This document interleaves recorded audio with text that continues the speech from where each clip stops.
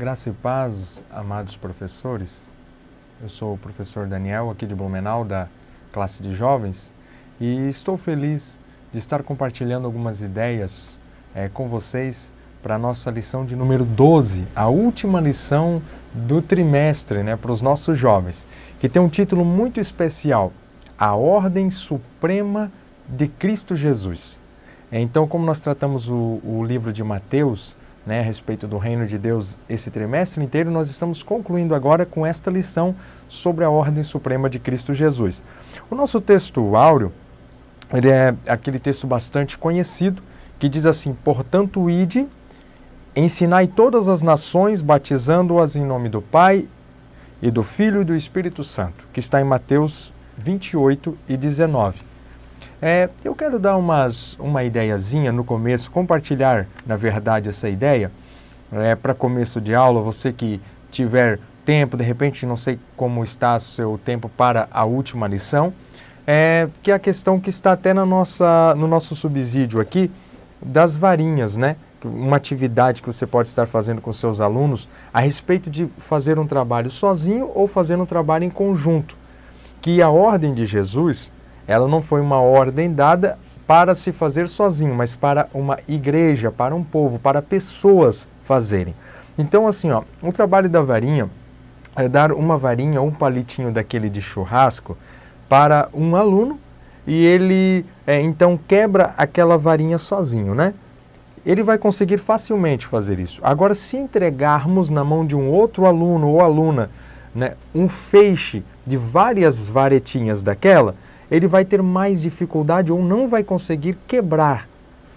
É um trabalho que vai precisar de mais pessoas. Isso aí é só um exemplo para início de aula, se você quiser usar lá na sua classe, para mostrar que o trabalho da igreja não pode ser um trabalho desenvolvido sozinho. Se fosse para nós cumprirmos a ordem suprema de Jesus, sozinhos nós não conseguiríamos.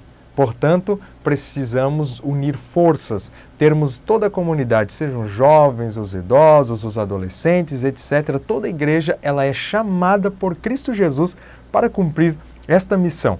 Este ide e ensinai todas as nações, batizando-as em nome do Pai e do Filho e do Espírito Santo. A nossa introdução, eu sugiro a vocês que tratem dela juntamente com o primeiro capítulo, visto que ela é praticamente uma coisa única, com pouca diferença entre os parâmetros, entre os subtítulos dela, subtópicos, Por quê, pessoal? Ela vai trazer e nos mostrar, tanto a introdução quanto o primeiro tópico, a aparição de Jesus aos discípulos na Galileia.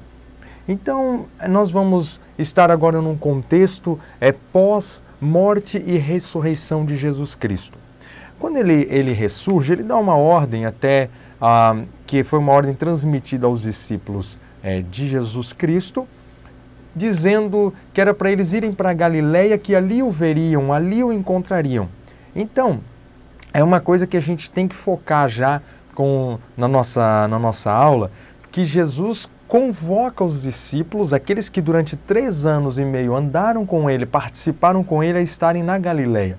Uma observação a respeito da Galileia, que é interessante, é que foi ali que Jesus inicia o seu ministério terreno, juntamente com aqueles discípulos. É ali que Jesus os convoca. Foi por aquelas regiões da Galileia que muita coisa aconteceu. Muitos dos discípulos tinham históricos de coisas importantes que aconteceram na Galileia, quando foram convocados por Jesus. Jesus agora, num cenáculo pós-ressurreição, os chama, então, num cenário, melhor dizendo, pós-ressurreição, os chama para a Galileia novamente, mas agora para dar a eles, mostrar a eles que ele estava se despedindo, que ele estava saindo e como seria, a partir daquele momento, a sua caminhada sem Jesus Cristo estar ali fisicamente do lado deles, assim como ele esteve nas outras vezes, Então, olha bem, pessoal, o que eu quero dizer para vocês com isso? Que o reencontro de Jesus vai encontrar os discípulos, quando eles vão ali encontrar com Cristo, muitos deles estavam diferentes, até porque haviam participado de todos as últimas notícias, as últimas coisas que haviam acontecido antes de Jesus morrer e depois de Jesus morrer, então muitos deles estavam abalados. Tanto é que alguns deles retornaram até à profissão. Alguns voltaram a pescar, foram deixando, pensando que de repente tudo tinha se terminado. Eles tinham andado com Jesus e nada mais ia acontecer, havia tudo terminado em nada. Quem sabe muitos estavam desanimados, cabisbaixos, entristecidos, pensando que tudo tinha fracassado. Porém, Jesus vai chamá-los, né, e vão encontrar um Jesus ressurreto e agora com corpo glorificado. Né? Antes eles encontravam um Jesus, né, que era como eles, passando fome, passando sede, sentindo tudo aquilo que eles sentiam. Agora Jesus já tem um corpo glorificado, diferente deles, que eram humanos, naturais, necessitando de tudo que o homem necessita. Agora Jesus já estava diferente. Né? E quando nós vamos passar ao subtópico 3, tá? A gente vai ver que, aproveitando a ênfase de que muitos dos discípulos, quando reencontraram com Jesus, apesar de estarem tristes, outros se alegraram, e a Bíblia vai dizer que até o adoraram. E quando esses discípulos adoram a Jesus, é um momento que Jesus dá a eles uma palavra, a qual eles ainda não tinham ouvido. E sabe o que Jesus aproveita para dizer a eles? Ele vai mostrar para eles que ele agora tem todo o poder. Ele vai dizer o seguinte: é-me dado todo o poder no céu e na terra. Os discípulos conheciam um Jesus poderoso e que por muitas vezes eles gostariam que Jesus tivesse manifestado mais o seu poder para descer fogo sobre os samaritanos, como eles pediram outra vez, né, para fazer isso, para fazer aquilo, quem sabe atitudes momentâneas na hora, dependendo do seu estado, em que eles às vezes estavam irados com algo, queriam que Jesus demonstrasse poder. E não era aquela hora em que Jesus demonstrava poder.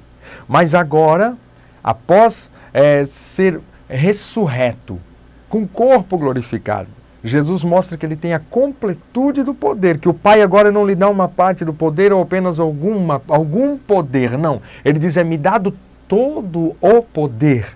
Isso é tão bom enfatizar com os nossos alunos, em que Jesus agora vai mostrar aos seus discípulos que ele tem tudo, que tudo está sob o seu domínio, tem todo o poder no céu e na terra, viu? Olha bem, essa revelação de Jesus aos discípulos desperta neles a fé que, quem sabe, estava começando a adormecer, né? E aí eles começam a ver, não, opa, esse Jesus que a gente serviu, tudo está se cumprindo nele. Se cumpriu, ele ressurgiu, ele está aqui conosco. Alguns duvidavam, como Tomé, que precisou tocar, que precisou de algo mais, mas a maioria deles estava crendo naquele Cristo ressurreto, que agora revela que tem todo o poder no céu e na terra. Olha só, pessoal. E que esse poder, se ele tem, ele daria também aos seus discípulos, porque está dando a eles uma missão naquele momento. Então, eles não poderiam fazer essa missão sem ter poder. E esse poder viria de quem? Viria de Cristo para a vida deles, para poder cumprir, né? Uma coisa interessante que o autor coloca na nossa lição e que eu quero compartilhar com vocês e gostaria que você compartilhasse com a sua classe é a seguinte: nós vimos sobre a tentação de Jesus algumas lições ainda desse trimestre, mas uma das coisas em que quando Jesus foi tentado no deserto pelo diabo, foi oferecido a Jesus naquele momento os reinos do mundo e a glória deles, tá? Mas depois de Jesus cumprir a sua missão, tá? Ele recebe agora toda a autoridade do próprio Pai. Não precisou ser uma autoridade em que o diabo está dizendo, ei, eu vou te dar se tu me adorares. Não, agora ele recebe, diz, é-me dado todo o poder, e vem de onde? Vem de Deus, vem de cima, vem do Pai para ele, tá? Só para ficar bem claro, e que como é interessante, eu até mostrar para os nossos alunos, como é interessante nós vencermos as tentações, que às vezes são momentâneas, e que tem levado muita gente a se afastar da fé, a se afastar até mesmo do grupo de jovens, como nós estamos tratando de uma classe de jovens, né? Muitos têm se afastado por tentações momentâneas que aparecem, por coisas da vida, né? Por bandejas que são oferecidas. E como é interessante nós vencermos, não com o poder que temos porque nós não temos, se não for o Senhor Deus na nossa vida, o Todo-Poderoso, aquele que tem todo o poder, e colocar em nós a sua graça, a sua misericórdia para vencermos na hora difícil e amanhã ou depois. Como Jesus venceu, nós podemos também glorificar a Deus, porque nós também vencemos no dia mau, né? Ok? Olha só, na segunda parte da nossa lição, ela vai falar o seguinte: Jesus ordena que se façam discípulos. Tá? Agora Jesus os envia e dá essa comissão a eles, diferente daquela missão em que talvez você já compartilhou com seus alunos, a missão em que Jesus manda eles somente a casa de Israel. Ele diz assim: não vão aos gentios, ide somente as ovelhas perdidas da casa de Israel. Essa missão que Jesus está dando agora aos 12 ou aos 11, né, os que estavam ali com ele no momento, né, visto que Judas não estava mais presente, né? Mas aos discípulos que ali estavam com Jesus, ele os comissiona para uma nova missão, diferente daquela. Agora, ele vai dizer assim: ide por todas as nações, fazei discípulos em todas as nações, batizando-as em nome do Pai e do Filho e do Espírito Santo. Olha a diferença, porque Jesus veio para os judeus, para o seu povo, para os que eram seus, porém eles não o quiseram, porém eles não o receberam. Aí ele abre a porta para todas as nações, para os gentios. E vai dizer que todos os que o receberam também receberam o poder de serem feitos filhos de Deus. Aleluia!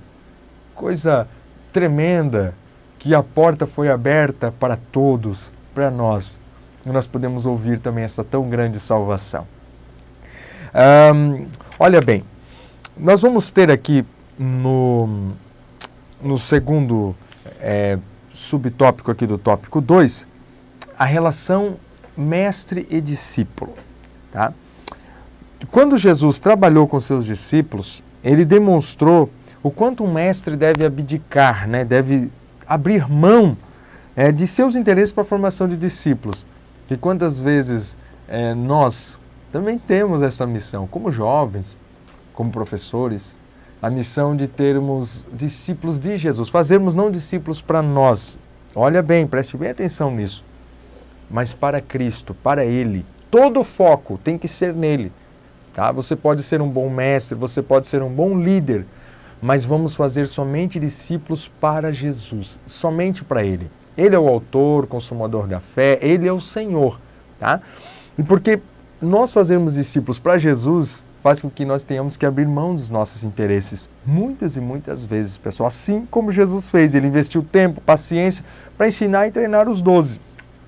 Mas sempre focando o quê? Quando a gente acompanhou todo esse trimestre, a gente vai ver que o foco de Jesus Cristo era sempre o reino de Deus. O reino de Deus, reino de Deus e reino de Deus. E nada mais do que isso. As parábolas era porque o reino de Deus é semelhante, porque dá para se comparar o reino de Deus a isso ou aquilo, sempre focando no reino de Deus. E é isso que nós temos que fazer, pessoal. Nada mais do que mostrar o reino de Deus no meio do mundo que está afundando na lama das trevas, com tanta coisa que tem por aí, com tantas ofertas, com tantas coisas. O reino de Deus faz a diferença nas nossas vidas, né?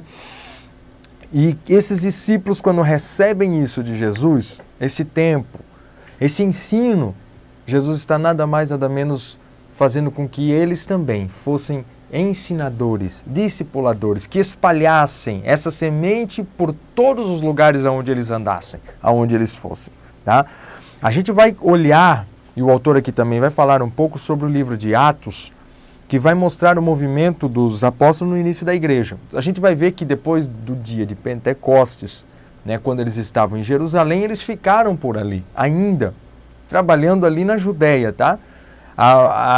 Somente naquele contexto mais próximo, tá? Mais próximo ali das redondezas de Jerusalém. Mas a gente vai ver que Jesus tinha uma missão para mais longe, Galileia, Samaria e até os confins da terra, pois a missão de Jesus era para que eles fossem a todas as nações, era uma ordem, ide a todas as nações. E aí, pessoal, a gente vai ver que no começo eles estavam como que acomodados por ali. começam a vir as perseguições, tá? A gente às vezes pensa que perseguição é ruim, que perseguição é difícil. É difícil sim, mas no caso da igreja primitiva, e em outros casos na história da igreja, aqui a perseguição para os discípulos de Jesus foi uma perseguição que fez com que eles saíssem, com que eles se espalhassem, com que eles não ficassem mais amontoados somente em Jerusalém. A perseguição fez com que eles fossem forçados a cumprirem o ide de Jesus, indo então para outros lugares, dispersando aquela igreja que estava ficando somente no local, e esta igreja então, cada crente que vai para cada lugar onde ele vai, ele leva a palavra com ele, ele leva a semente, ele leva o reino de Deus com ele para anunciar às pessoas do lugar onde ele vai. E assim a igreja começou a crescer. Isso é interessante de focar, viu gente? Foque isso com seus alunos, foque lá, ou escute eles, lance perguntas, tá? Perguntas a respeito desse período com eles, o que eles acham da perseguição, é bom ou não é, e assim você vai colhendo informações e trabalhando a sua aula, tá? Visto que a nossa lição é uma lição direta, ela foca basicamente um assunto, ela não está abrindo mão para tantas outras ramificações, mas ela está trabalhando o ide de Jesus. E dentro dele entram vários tópicos como a gente está falando agora. Então fica fácil de nós ouvirmos, de discutirmos com eles sobre esses assuntos, tá bom? Sobre batizar em nome do Pai, do Filho e do Espírito Santo. Olha bem, o subtópico 3 do tópico 2, né?